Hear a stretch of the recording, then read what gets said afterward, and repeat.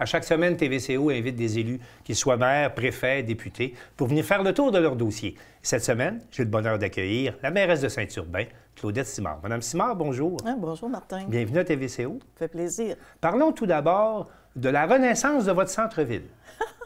Oui, le beau projet signature MRC. Oui, le projet signature MRC. Oui, tout à fait. Donnez-nous des détails. Alors, ce beau projet MRC est arrivé par le programme du Fonds Région Ruralité, Oui. volet 3. Alors, c'est un gros montant quand même d'1 230 quelques mille qui a été donné à la MRC pour offrir à chacune des municipalités en discussion, en sondage et tout, qu'est-ce qu'on voulait faire avec ça. Et nous, ce qu'on a décidé, c'est de mieux habiter nos milieux villageois. Alors, toutes les municipalités de la MRC ont un projet pour mieux habiter son milieu villageois. Et comment on va habiter mieux le milieu villageois de Saint-Urbain? Oh, je vous dis qu'il y a tellement d'ouvrages à faire là-dessus. Alors, c'est vraiment en collaboration avec le Centre de services scolaires, parce qu'on est tellement proche au niveau loisirs, quand on parle de terrain de jeu, tennis et tout, il y a un réaménagement à faire de ce côté-là, un nouveau bâtiment installé, avec l'école aussi pour un projet d'une rue, pour la sécurité de nos enfants en transport scolaire. Alors, je pense que c'est un très gros projet.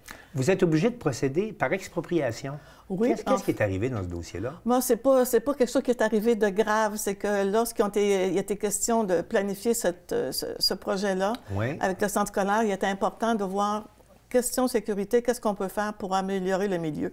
Ce projet-là, c'est un projet pour les 50 prochaines années de la municipalité, en lien avec les loisirs, en lien avec l'école et plein d'activités, des terrains, l'extérieur, les aménagements.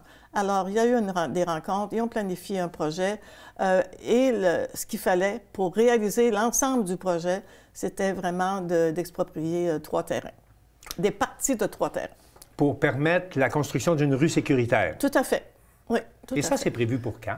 Bien, ça, c'est prévu pour 2025. Là, on a commencé, le plan d'aménagement est fait. Il va y avoir des rencontres, bien sûr, avec la population là-dessus pour leur expliquer l'ensemble du projet. Et on y va, bien sûr, par phase. Mais cette année, 2025? Cette année, 2025, on va avoir probablement la démolition du centre des loisirs. Pour une reconstruction d'un nouveau bâtiment. Pour une reconstruction et aussi pour... Mais tout ça va dépendre aussi de quand va se réaliser l'expropriation comme telle. Il ne faut pas négliger que si on a... C'est des procédures légales qu'il faut tenir. Oui, c'est des procédures légales qui vont se faire. Au total, c'est un budget c'est un projet qui nécessite combien d'investissements? Oh, sur 3 ans, c'est sûrement autour de 4 millions. Donc, les travaux commencent cette année? Oui, les travaux commencent cette année. Autre chose qui est populaire chez vous, c'est votre fameux quartier des mini-maisons. Ah oui. Vous avez décidé, donc, dans le lotissement, et ça, c'est le lotissement centre-ville, au cœur villageois, avec service, d'offrir du tout compris, je dirais, là, terrain et mini-maison. Oui. Comment? Avec l'entreprise Construction Roserguier, c'est très important parce qu'on a un beau partenariat avec eux. Comment va le projet? Est-ce que vous trouvez preneur? Bien oui. Bien oui, l'entrepreneur trouve preneur. OK. Maintenant, on a une rue que nous devons faire, la municipalité. Il y a aussi d'autres petits détails à rentrer parce que il nous manque une autorisation aussi du ministère de l'Environnement. D'accord. Donc, tout ça devrait se continuer. On a 4 maisons présentement. 3, 4, 3. On va dire 3, là, je ne suis pas certaine de la quatrième. Oui. Mais et il y a un projet pour 6 à 8 maisons encore pour l'année 2025 et un bloc appartement aussi. Maintenant, ce qu'on apprend, c'est devenir propriétaire d'une mini-maison sur un mini-terrain à Saint-Urbain. Les prix commencent à 250 000 $. Est-ce qu'on est rendu là, les mini-maisons à 250 000 $? Je pense que les bonnes personnes pour vous répondre seraient le promoteur, l'entrepreneur. Mais c'est le prix du marché maintenant. C'est le prix du marché. C'est pas le prix du terrain qui fait la différence. Je vous dirais qu'on a des terrains qui ne coûtent pas cher pour être capable d'accueillir des mini-maisons à Saint-Urbain et d'avoir des personnes qui vont y vivre. Est-ce qu'on pense que tout le lotissement devrait se remplir cette année? Non, pas tout, mais si on fait 7 à 8, je pense qu'il y a pas loin d'une vingtaine de terrains qui sont disponibles, avec qui on a une entente avec le promoteur. On apprend aujourd'hui que l'Association de protection de la rivière du Gouffre... l'Association de conservation de la rivière du Gouffre, après 45 ans d'existence, menace de cesser ses activités. Et cela va avoir beaucoup d'impact aussi pour les pêcheurs, parce que là, on n'aura plus un gestionnaire des permis sur la rivière, mais des propriétaires privés. Qu'est-ce qui arrive dans ce dossier-là? Tout d'abord, c'est pas d'aujourd'hui qu'on est inquiet là, de l'avenir de la rivière du Gouffre. Oui. Dès l'automne, quand on a sorti les détails de l'année qui vient de se terminer, avec encore des travaux qui ont été nécessaires et puis qui ont coûté plus cher que prévu, avec une baisse importante. Suite aux inondations, il y a des ponts. Suite aux inondations, bien, c'est ça, et l'accès et tout, les accès, quand même important. Oui. Il y a quand même de l'érosion des berges aussi un peu partout, mais il y a quand même une diminution des jours de pêche importante et aussi une diminution du saumon dans la rivière du Gouffre. Alors, tout ça mis ensemble fait en sorte que l'association a eu une baisse importante et un manque à gagner pour terminer l'année. Est-ce qu'on sait le montant, le manque à gagner? Je pense que c'est autour de 15 à 20 000 Ce qui n'est pas énorme quand même. Oui, c'est quand même important, mais nous avons fait une belle activité de financement pour aider l'entreprise, pour aider l'organisme, et ça a connu un très beau succès. Maintenant, nous en sommes à la phase planification stratégique. Alors? Qui va avoir lieu vendredi prochain. Vendredi? Pas vendredi, c'est prochain. Parfait.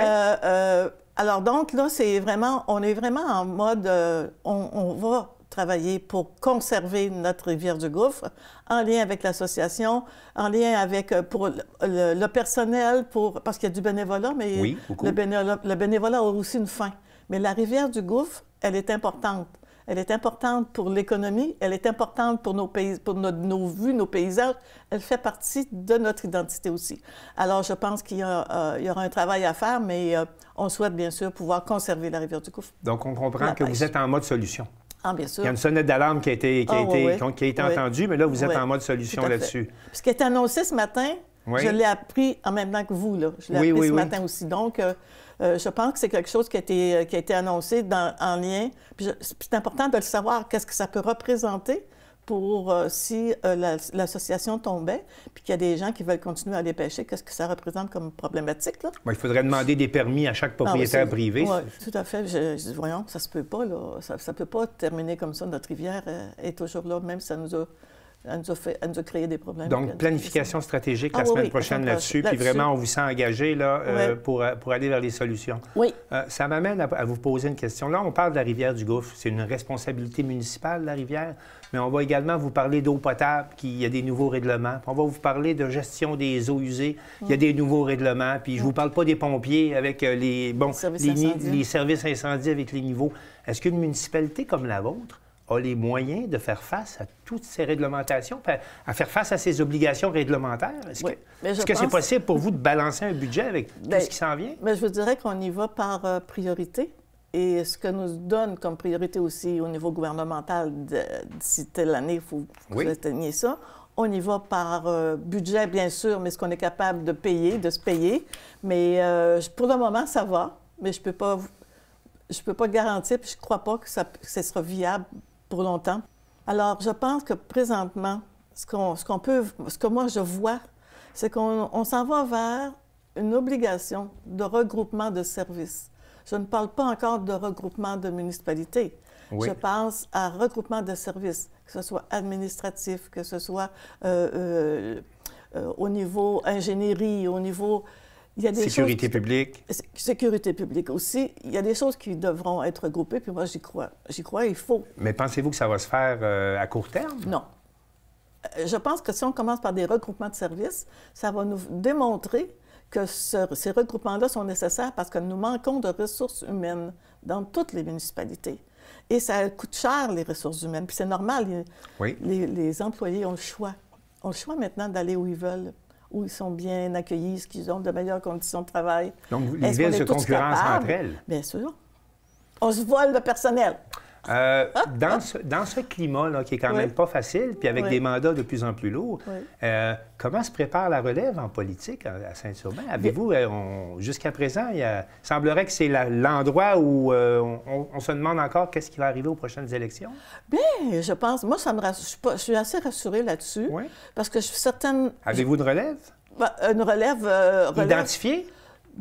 Moi, ce que je dis, c'est que j'en ai qui sont présentement comme conseillers et conseillères, qui vont se représenter. Je pense, ce que moi, ma conviction, c'est qu'ils vont se représenter. Oui. Alors, pour d'autres, il y en a peut-être 2, 3 postes qui seront peut-être vacants. Et peut-être qu'il y a des jeunes qui sont intéressés par la politique municipale. Est-ce qu'il y a des gens qui se pointent au poste de maire ou mairesse?